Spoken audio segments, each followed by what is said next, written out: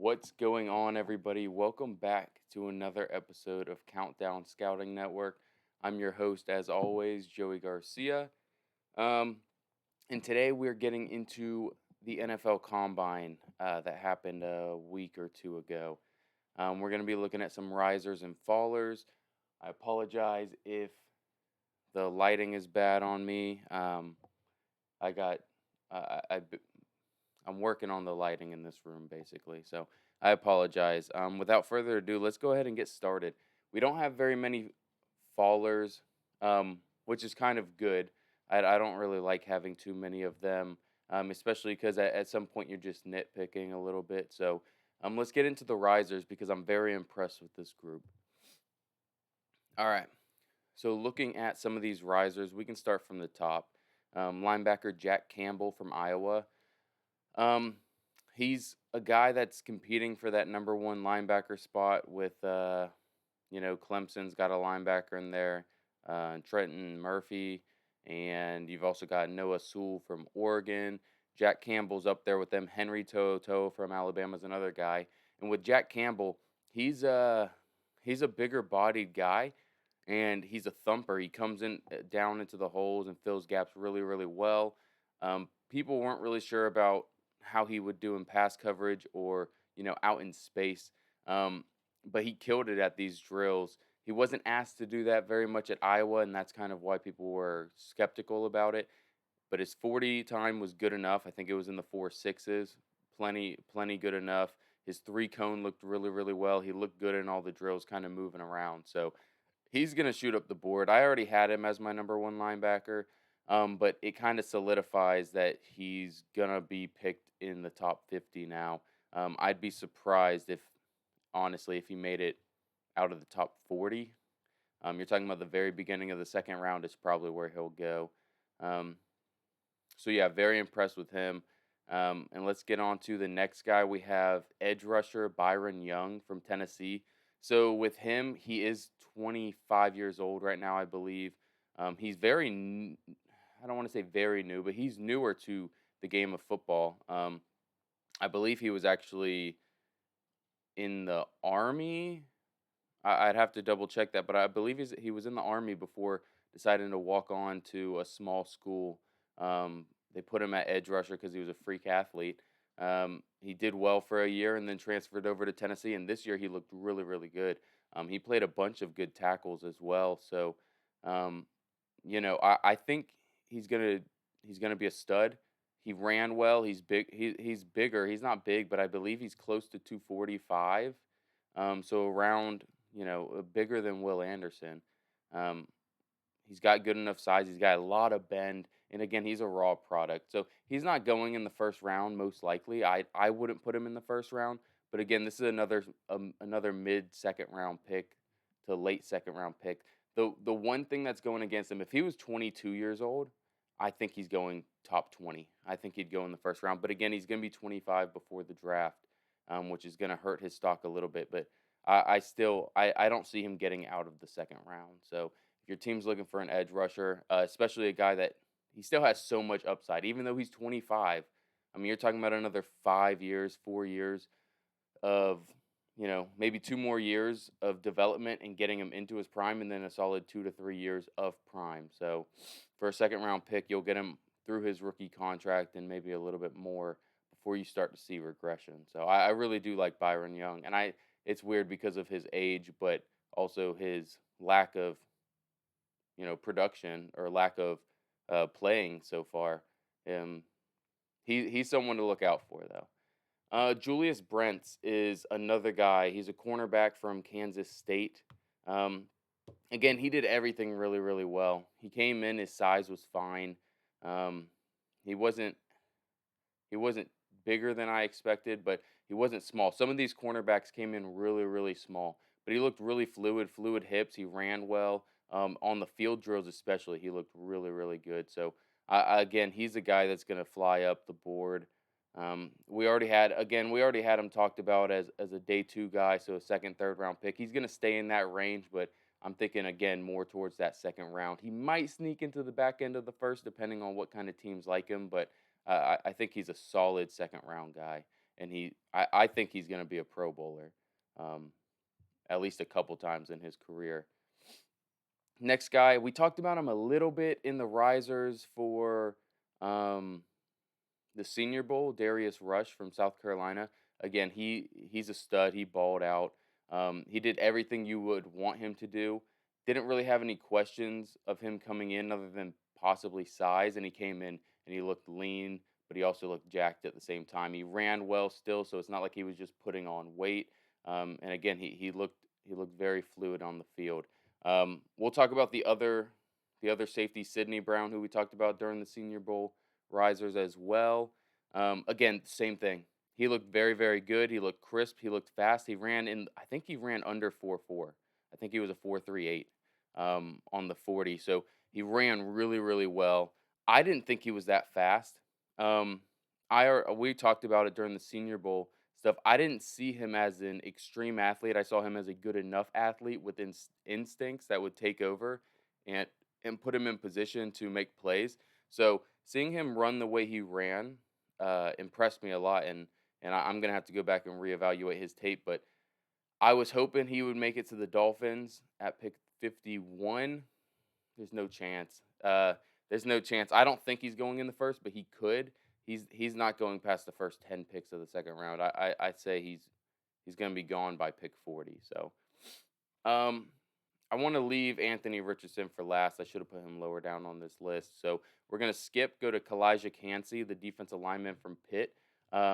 Again, a defensive lineman from Pitt who's a little undersized.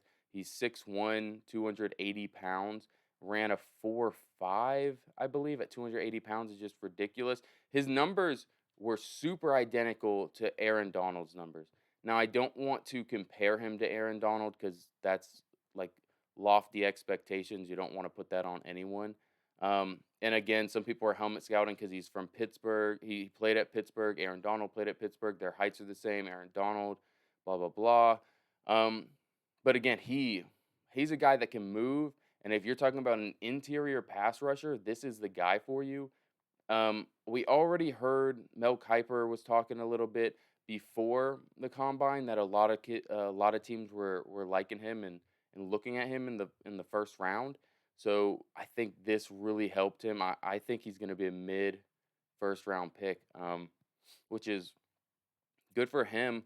I'm worried about him in the run game, but if you're talking about just to start out as he gets a little bit bigger and matures into his frame, just having him as a third down pass rusher from inside, uh, I think you really can't get anyone better than him with that other than Jalen Carter. But Jalen Carter is a freak and he's in a group of his own. So I guess I would kind of put him with Gervon Dexter from Florida is one of the guys that I compare him similarly to. Um, Gervon Dexter is also 35 pounds heavier and not as explosive as Kalijah Cansey. So not great comparisons there, but they're both interior pass rushers more than they are to support the run game. So um, I really do like Kalijah Cansey, and I think he just made himself millions. Edge rusher Nolan Smith. He had a torn pec that he was treating from Georgia. He had a torn pec that he was treating during this whole time. So he missed the later part of Georgia's run for the national championship, and this whole time he's just been rehabbing, trying to get his torn pec, healthy. And he came in and looked absolutely jacked. I've never seen a guy look this jacked, not being 100% done with his he's not 100% done with his pec rehab. So he's doing physical therapy for his pec. So he's not lifting heavy weights, but he looks jacked as all can be. He jumped out the gym 41 inches, I believe. A ridiculous number at, I think he's 255 pounds. And then he also ran a 4.39. It was high 4.3s. He ran 4.3 something at 255 pounds while not running full speed because he could not move his arm as fast as he wanted to without damaging his pec that he is still rehabbing. Absolute crazy numbers from this guy. I really wish he was 100% healthy because I think he would have jumped a couple more inches. Um, if he was training for that, he would have done the bench press, which would have been ridiculous, just to see how much he could put up, and then he would have ran in the low 4 threes. Probably would have had a little bit more weight on him as well, just because again he's not lifting heavy, he's not doing a bunch of heavy weight to pack on muscle. He's probably not he doesn't have as much muscle as he had at the beginning of the Georgia season because he's rehabbing. It's just ridiculous. I can't stress it enough how ridiculous the last two guys we're talking about here, Nolan Smith, the edge rusher from Georgia, and quarterback Anthony Richardson from Florida. Nolan Smith is just a physical freak, and he, again, his pass rush is okay. His defense on the edge not very good, but his physical tools. You kind of think of it as like a David Ajabo from last year, who got picked in the top 40 with a torn Achilles, who they knew he wasn't going to be able to start day one and with Baltimore. I I think he's a better prospect. I think he's probably going top 15. I'm gonna say he's also going top 15. It's ridiculous. Before this, I would have said, yeah, he's probably someone might trade up into the back of the second round and grab, or back of the first round to grab him and get that 5th year option. I don't think he's making it out of the top 15. I really don't.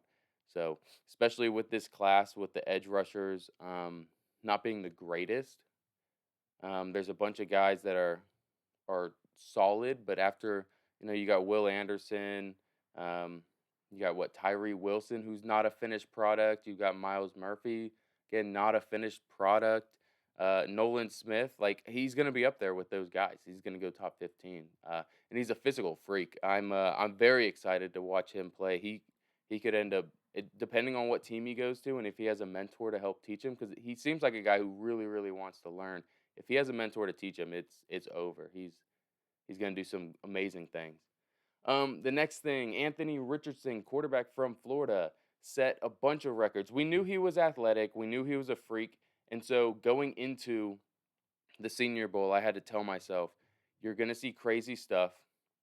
Don't count it twice, which is what some of my scouting friends and mentors have told me is if you saw it on tape, which we did. We saw him do athletic and crazy things on tape. You look at the Utah game this year. You look at a couple games last year, the LSU game with him running down the sideline, hurdling people. You see him doing back handsprings and backflips pregame. Like you see him just do stupid things, like things that people should not be able to do. Um, so don't count that a second time and boost his stock just because you see it again at the scouting combine. We know he's athletic, but I will say I am going to boost it a little bit because I didn't think he would break all these records. His 40 time at his size busted through Cam Newton at the size. Cam Newton was the same size, ran a 4.65, and Cam Newton runs fast and he's out running people and he's a physical freak. Anthony Richardson ran zero point 0.2 seconds faster at a 4.44. As well as he broke his broad jump 40. I don't even know what his broad jump numbers were, but then his vertical jump 43 inches, absolutely ridiculous. Uh, he threw okay. He launched the ball, which is great, which is what he's good at. So again, he's gonna jump up. I think Carolina just traded up to the number one pick. I think he's very much in play for that number one pick. If I was someone that was going to draft him, I would like to draft him, in the middle of the first round or the back end of the first round because I don't want him to have to play early. If you trade up, especially if it's Carolina, and you draft him, the comparisons to Cam Newton are going to be there. He's the number one overall pick. You traded DJ Moore and multiple first rounders to come up to get him. He's going to be asked to play right away, and he needs time. He really does. He's a raw product. He's a physical freak. He's a phenom, but he needs time. He's smart enough. I heard he's killing. He's killing the interview process as well, so that's great. But we need to pump the brakes. He's a riser because he will rise up from this performance, even if it is from the 10th spot to the 5th spot or the first spot or the second. He's rising up. But we need to pump the brakes and not put this kid in a situation where he's he's gonna be doomed to fail, is what I'd like to say. All right, we got four fallers that we're gonna talk about. We're just gonna go quickly over them. The first one I want to talk about is Clark Phillips, the cornerback. Obviously, all of these guys are cornerbacks except for Jalen Carter, which we'll talk about later. Clark Phillips came in, didn't run very fast. He also came in smaller than I thought he would, and I already knew he was going to be a little skinnier. He came in a little lighter than I thought, and he ran slower than I thought. I think he's still going to be fine. You're talking about you might get him in the beginning of the third round, and he might go to some Pro Bowls because I think he's in a zone system. He's going to be very, very good. Um, but I had him as a guy you're talking about, the first half of the second round, and I just don't see that anymore. The same thing with Emmanuel Forbes. Emmanuel Forbes was listed at 6'1", or right 6'1". He was listed at 166 pounds, regardless. Or excuse me, he's listed as 180 pounds on Mississippi State's website. He came in at 166. At 166 pounds as a super long corner. I do like Emmanuel Forbes, but with him and Clark Phillips, I both had them in the first half of the second round. Thought they were going to be guys first half of the second round. I don't see it anymore with both of these guys because Clark Phillips was slower than I wanted at a 175 pound corner. Emmanuel Forbes ran okay, but again, he's 166 pounds. You can say his playing weight's 180. I don't know. Coming in that low concerns me. I still think he could be good, but I'd have Emmanuel Forbes fall into probably the fourth round now, so about a 2-round fall. And Jair Brown, defensive back from Penn State, same thing. He didn't look as smooth as I thought he'd look running these drills. Just his hip fluidity wasn't great. He dropped a couple balls. He didn't run as fast as I thought. Again, just a bunch of stuff that, as a defensive back, it's a little concerning. Not seeing the hip fluidity as well as not running as fast. But I'll go back. I'll watch the tape and kind of double check what are my eyes telling me, because the tape is really the most important thing. The combine is just to the combine is just to verify what your eyes saw, and so I'm gonna have to go back and question what my eyes saw on tape. But we'll see. I didn't get too deep into Jair Brown's tape anyways, so it'll give me the opportunity to go back and look at it. Last guy we'll talk about is defensive tackle Jalen Carter from Georgia. And he's falling because of some arrest stuff that is going on with him. He had to leave the combine after a few interviews to fly back to Georgia and get processed through the jailing system because of a reckless driving thing that happened during the season, where unfortunately one of his teammates and one of his coaching staff members passed away when they crashed their cars going high speed. I guess it was alleged that Jalen Carter and them were racing. I don't know all of the details to it, so I'm not really going to say anything. But you're talking about a guy who was a top 3 pick. After that, he ran fine and looked really good at the combine. And then they just had their pro day, and he was like 20 pounds heavier and didn't do any of the athletic testing. So it's a little concerning. Again, I think he'll fall a little bit, but you're talking about falling from the number 2, number 3 pick to maybe number 8. Like he might fall 5 spots. He's still going to be a top 10 guy. I'm just a little concerned, and I want to hear more about what comes out with this kind of stuff. So I don't know. I can't say anything on it because I have no idea what's going on with the case right now or anything with his personal stuff. So that's about all I can say. I know he was paying for some of the walk-ons' food during the year, so it's not like he's a terrible person. He might have some immaturity issues. A lot of people like to race their cars. So again, it could have just been a one-time thing. It could have never happened. It could have not been him. I don't know. He pled no contest. So that's all I got to say on that. Hope you guys had a good time with this video. I apologize. I did ramble a little bit. So Maybe the next one I won't ramble as much. Next video, we're going to compare the 2022 running back class with this 2023 running back class that's coming out. Because I am just finishing up my running back rankings. So we'll look at both of those and see which class was stronger up top and which one's deeper. And I won't get into that, but we'll do that, and then I think I'm almost done with my quarterbacks as well. So we'll do quarterbacks a little bit after that, as well as get into a top 100 and do some mock drafts before this happens. So appreciate it. If you guys want to leave a like or leave a comment on what I should talk about next, that sounds good. All right, have a good day and bye.